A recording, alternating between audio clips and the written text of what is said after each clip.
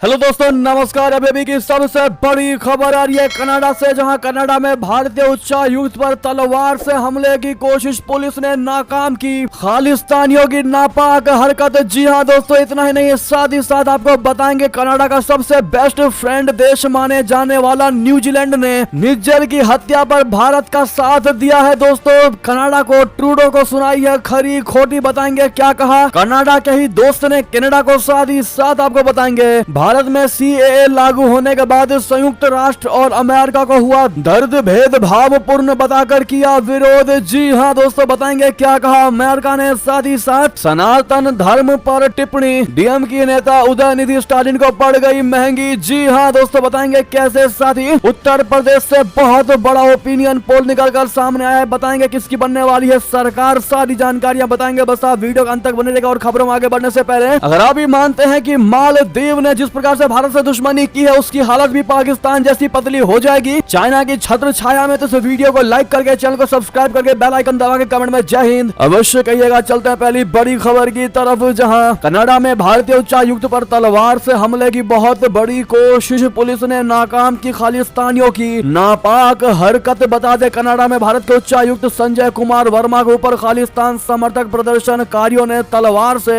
हमला करने की कोशिश की, जिसे कनाडा की पुलिस ने नाकाम कर दिया। घटना उस समय हुई जब वर्मा 11 मार्च को Indo Canadian chamber of commerce की तरफ से आयोजित एक कार्यक्रम में शामिल होने के लिए एडमोंटन पहुंचे थे। इस दौरान खालिस्तान समर्थकों ने वर्मा के खिलाफ अपमानजनक नारे भी लगाए। घटना का वीडियो भी सामने आया है, जिसका कुछ इमेजेस आप स्क्रीन पर देख पा रहे हैं दोस्तों, जिसमें देखा जा रहा है कि हथियार लेकर आगे बढ़ रहे खालिस्तान समर्थकों को कनाडाई पुलिस के जवान धक्का देकर पीछे धकेल रहे। इनके हाथ में हथियार है, इनके हाथों में तलवार है दोस्तों, जिनसे उन पर हमला करने की कोशिश की गई। मौके पर पहुंची पुलिस ने उनकी रक्षा की। दोस्तों, कनाडा में भारतीय मिशन पर काम कर रहे अधिकारी पिछले कुछ समय से खालिस्तान समर्थक गुंडों के निशाने पर है, आतंकवादियों के निशाने पर है। सिख अलगाववादी नेता गुरपतवंत सिंह पन्नू की एक अपील के बाद इसमें तेजी आई है, जिसमें पन्नू ने हरदीप सिंह निज्जर की हत्या को लेकर भारतीय दूतावास को निशाना बनाने की अपील की थी। तो देखा आपने दोस्तों किस प्रकार से खुलेआम कनाडा के अंदर लोगों पर हथियारों से हमले हो रहे हैं, भारतीय अधिकारियों पर हमले हो रहे हैं दोस्तों। और वहां की ट्रूडो सरकार चुप्पी साधे बैठी हुई है। लगातार कनाडा से भारत विरोधी बयानबाजी दिए जा रहे हैं, भारत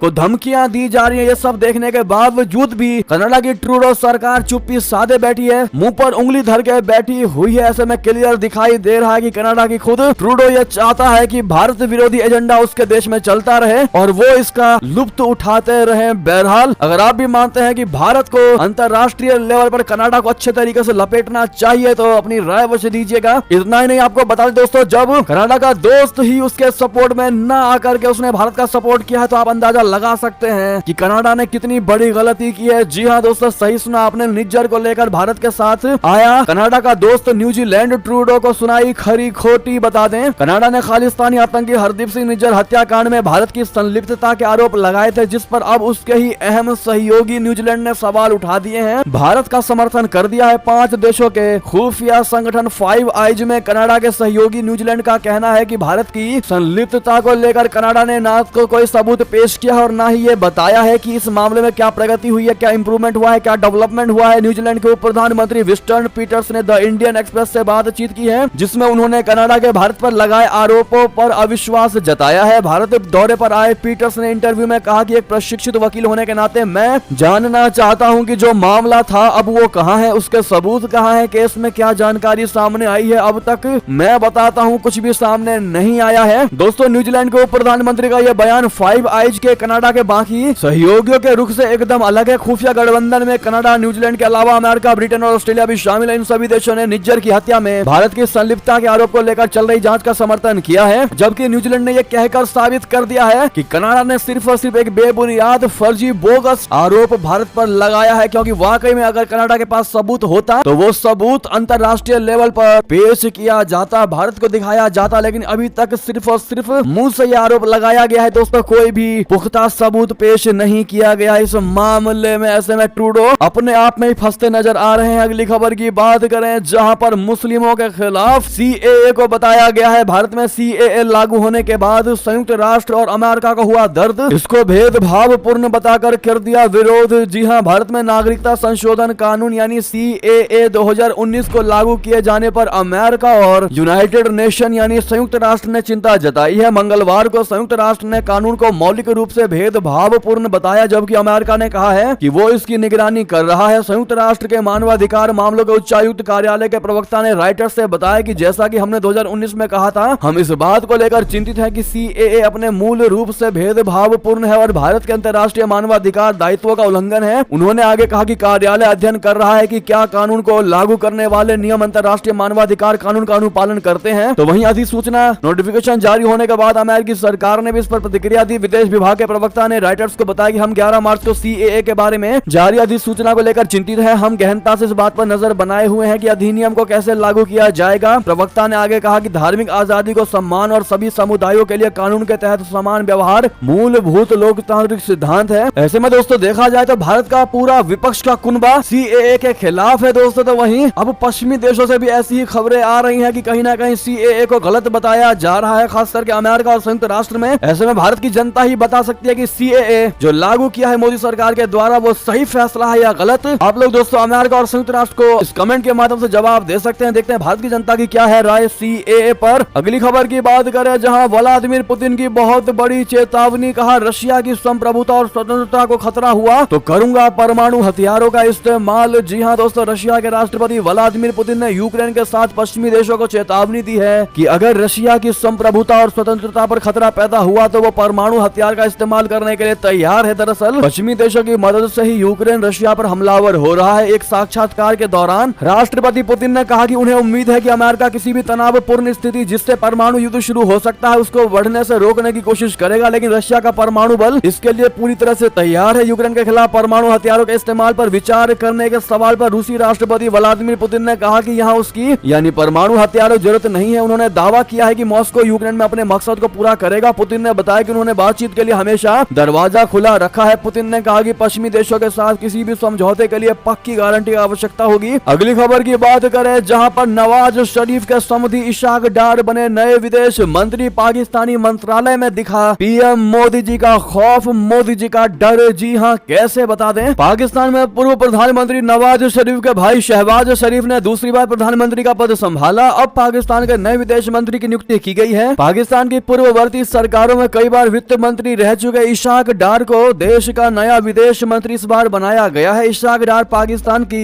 इकोनॉमी को पटरी पर नहीं ला सके और इसकी वजह से शहबाज शरीफ ने उन्हें हटाकर एक बैंकर को वित्त मंत्री बनाया है जिनका नाम औरंगजेब है। वहीं इशाक डार के लिए ये एक झटका माना जा रहा है। इशाक डार ने मंगलवार को विदेश मंत्रालय का पदभार संभाल भी लिया। इस दौरान पाकिस्तानी विदेश मंत्रालय के अधिकारियों ने उन्हें बताया कि भारत ने कड़ा रुख अपना रखा है और दोस्ती होने के आसार बिल्कुल नहीं है। एक्सप्रेस ट्रिब्यून की रिपोर्ट के मुताबिक इशाक डार को पाकिस्तानी विदेश मंत्रालय के शीर्ष अधिकारियों ने बताया है कि चीन ही पाकिस्तान का सबसे विश्वसनीय मित्र देश है, चीन का कोई विकल्प नहीं है। उन्होंने कहा कि चीन ने समय पर लोन दिया है और पाकिस्तान को डिफॉल्ट होने से बचा लिया। भारत के साथ रिश्ते को लेकर भी पाकिस्तानी अधिकारियों ने इशाक डार को डरते हुए जानकारी दी। उन्होंने आरोप लगाया कि भारत की मोदी सरकार हिंदुत्व की नीति पर चल रही है। उन्होंने कहा कि भारत की मोदी सरकार ने न केवल हिंदुत्व को लेकर बयान दे रही है बल्कि आक्रामक तरीके से इससे जुड़ी नीतियों को लागू भी कर रही है। जी हाँ, कहीं ना कहीं इशाक डार को ये डराने की कोशिश की गई है कि भारत के साथ रिश्ते बिल्कुल नहीं बनने वाले, यानी कि कहीं ना कहीं तुम विदेश मंत्री बनने वाले हो और भारत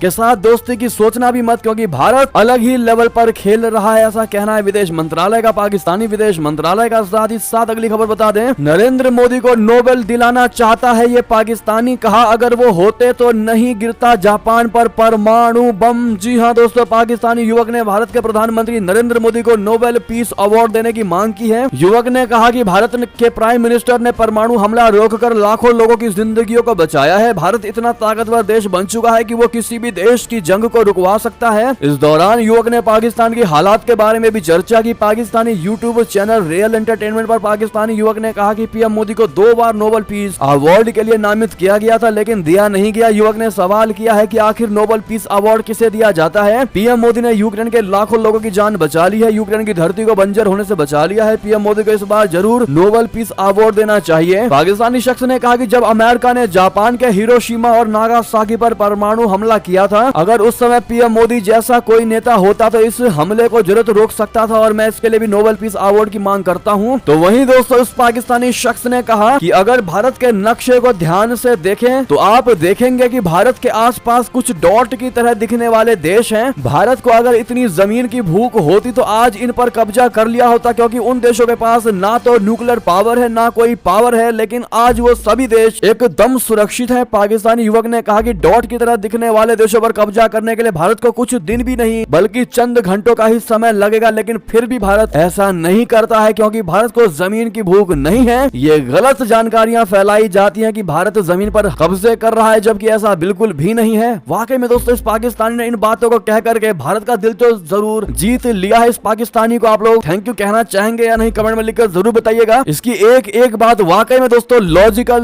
लगी है, आप लोग क्या कहते हैं जरूर बताइएगा। अगली खबर बता दें, बात पीएम मोदी की ही आई है तो आपको ये भी बता दें कि डोनाल्ड ट्रंप की पार्टी के सांसद ने की बहुत बड़ी भविष्यवाणी, कहा बहुत ज्यादा लोकप्रिय है नरेंद्र मोदी जी, फिर एक बार बनेंगे वो प्रधानमंत्री भारत के। जी हाँ, भारत में चुनावी मौसम आ चुका है और तमाम दलों ने अपने अपने हिसाब से कैंपेनिंग शुरू कर दी है। माना यह जा रहा है कि अगले हफ्ते तक आचार संहिता लागू हो सकता है। तो वहीं भारत में होने वाले चुनाव को लेकर पूरी दुनिया दिलचस्प नजरों से देख रही है। इस बीच अमेरिकी सांसद रिच मैककॉर्मिक ने प्रधानमंत्री नरेंद्र मोदी को अविश्वसनीय रूप से लोकप्रिय नेता बता डाला है और उन्होंने भविष्यवाणी की है कि वो आगामी लोकसभा चुनाव में फिर से सत्ता में आएंगे। पेशेश इमरजेंसी डॉक्टर मैककॉर्मिक ने कहा कि भारत की अर्थव्यवस्था ने पीएम मोदी के नेतृत्व में महत्वपूर्ण प्रगति की है। बहरहाल इनकी भविष्यवाणी को दोस्तों आप लोग किस नजरिए से देखते हैं? क्या आपको लगता है कि फिर से पीएम मोदी ही अगले प्रधानमंत्री बनेंगे या कोई और प्रधानमंत्री बनेगा? क्या लगता है दोस्तों आपको बताइएगा जरूर। 2024 के लोकसभा चुनाव इलेक्शन में कौन होगा अगला प्रधानमंत्री? साथ ही साथ अगली खबर बता दें, पूर्व विधायक मुख्तार अंसारी को उम्र कैद की सजा, फर्जी शस्त्र लाइसेंस से जुड़ा है मामला। जी हां, उत्तर प्रदेश की बांदा जेल में बंद माफिया मुख्तार अंसारी को आज फर्जी शस्त्र लाइसेंस से जुड़े एक मामले में आजीवन कारावास की सजा सुनाई गई। वाराणसी की एमपी एमएलए कोर्ट ने मंगलवार को मुख्तार अंसारी को 36 साल पुराने मामले में दोषी करार दिया था। इस मामले में पूर्व विधायक के खिलाफ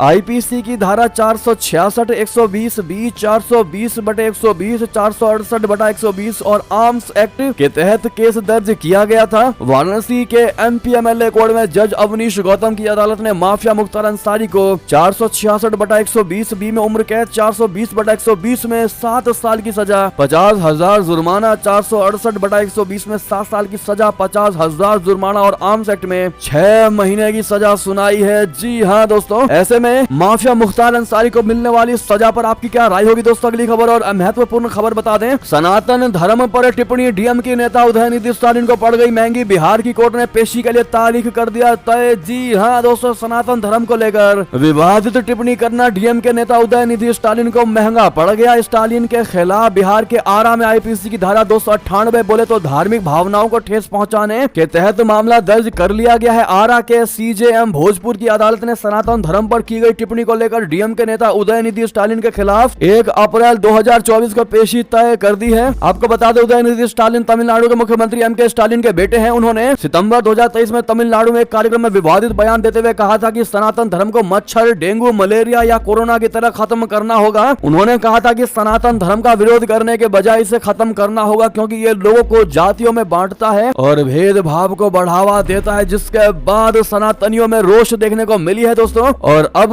उनको ये बयानबाजी करना महंगा पड़ गया है। बिहार ने बुला लिया है तारीख पर। इस पर आपकी जो भी राय हो उनके इस बयान पर दोस्तों कमेंट में लिखकर जरूर बताइएगा। साथ ही साथ आपको अंतिम खबर बता दें, यूपी ओपिनियन पोल सर्वे में अखिलेश यादव राहुल गांधी की जोड़ी को लग रहा जोरदार झटका। क्या जमीन पर बदल पाएगी स्थिति? बता दें, उत्तर प्रदेश में लोकसभा चुनाव की रणनीति तैयार की जा रही है। तमाम राजनीतिक दल अपनी तैयारियों को पूरा करा रहे हैं। जीत को लेकर अपने अपने दावे कर रहे हैं। जनता के मन में क्या है इस पर तो चुनाव परिणाम के बाद ही निर्णय हो पाएगा। हालांकि इससे पहले विभिन्न मीडिया चैनल और एजेंसियों के एग्जिट पोल सर्वे यूपी में विपक्ष की खराब स्थिति को दर्शा रहे हैं। अधिकांश एग्जिट पोल और ओपिनियन पोल सर्वे में एक बार फिर यूपी की राजनीति में एक साथ आए समाजवादी पार्टी अध्यक्ष अखिलेश यादव और कांग्रेस के पूर्व अध्यक्ष राहुल गांधी की जोड़ी का कोई खास इफेक्ट होता दिखाई नहीं दे रहा। देश के सबसे बड़े राज्य उत्तर प्रदेश की 80 लोकसभा सीटें केंद्र सरकार का निर्धारण करती रही हैं। कहा जाता है कि दिल्ली का रास्ता लखनऊ से होकर गुजरता है। इसको लेकर तमाम राजनीतिक दल जोर लगा रहे हैं, लेकिन भाजपा के इस गढ़ को भेद पाना एक बार फिर मुश्किल होता दिखाई दे रहा है। तमाम सर्वे विपक्ष को 2 से 3 और एनडीए को 77 से 78 सीटें देते दिखाई दे रहे हैं। जी हां, गठबंधन के तहत समाजवादी पार्टी को 63 और कांग्रेस को 17 सीटें मिली हैं। दूसरी तरफ एनडीए में भी सीट बंटवारे का फॉर्मूला लगभग तय हो चुका है। अब ऐसे में उत्तर प्रदेश पर आपकी क्या राय होगी दोस्तों? कमेंट में लिखकर अवश्य बताइएगा। कौन होगा विजयी पार्टी लोकसभा चुनाव में? बहरहाल ऐसे में ये थी अभी की सारी बड़ी खबर है। आपको हमारी खबर कैसी लगी? आशा करता हूँ बहुत अच्छी लगी होगी। अगर थोड़ी भी अच्छी लगी तो इस वीडियो को दोस्तों में, भाइयों में, साथियों में, रिश्तेदारों में शेयर अवश्य कर दीजिएगा। और अभी कर दीजिए इस वीडियो को लाइक, चैनल को कर दीजिए सब्सक्राइब, बेल आइकन दबाइए, साथ ही कमेंट बॉक्स में लिख दीजिएगा जय हिंद जय भारत। और यहाँ तक बने रहने के लिए आप सभी का बहुत बहुत धन्यवाद।